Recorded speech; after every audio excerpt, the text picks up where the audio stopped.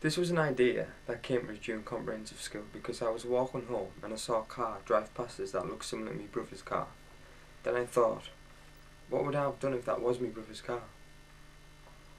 Would I tell him? And when I told him, what would he do? I then started brainstorming and came up with a chase film that I thought would be fun and quick to shoot. I wrote the screenplay and got a bunch of my friends together. I wanted this film to be self-centered and have a minimal cast because of the lessons I learned when attempting to shoot a feature film. I wanted this to be a breath of fresh air to get me back into making films again. This again taught me many skills of filmmaking.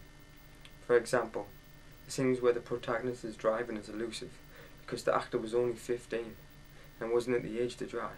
So I got an actual driver to drive the car, filmed the actor in the passenger seat, then made him imitate as if he was driving and cut out the imagery of the steering wheel through the frame.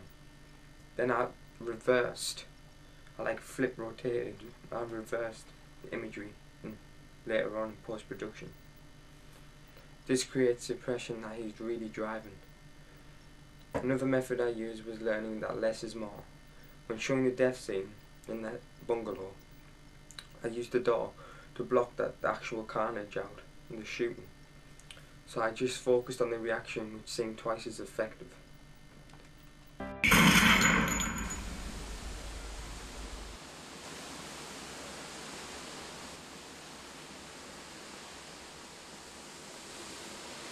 Access of locations was the best part about shooting this film, because we went into a Travelodge and asked if we could shoot the film for our school project, which it actually wasn't. They allowed us generously to have a free room, free of charge. Also, we visited our local airstrip and asked the local aviators if we could use one of their aeroplanes to shoot and glide into the sunset, which worked perfectly. This was one of the most fun shoots I've ever had, and it wasn't stressful because I took me time, prepared everything. One of the most interesting editing devices I used in the ending credits was I used this memories montage, and I featured all the funny outtakes and uplifting music. This then reacted with twice as many of my friends wanting to be in my film because it just represents the joys of filmmaking.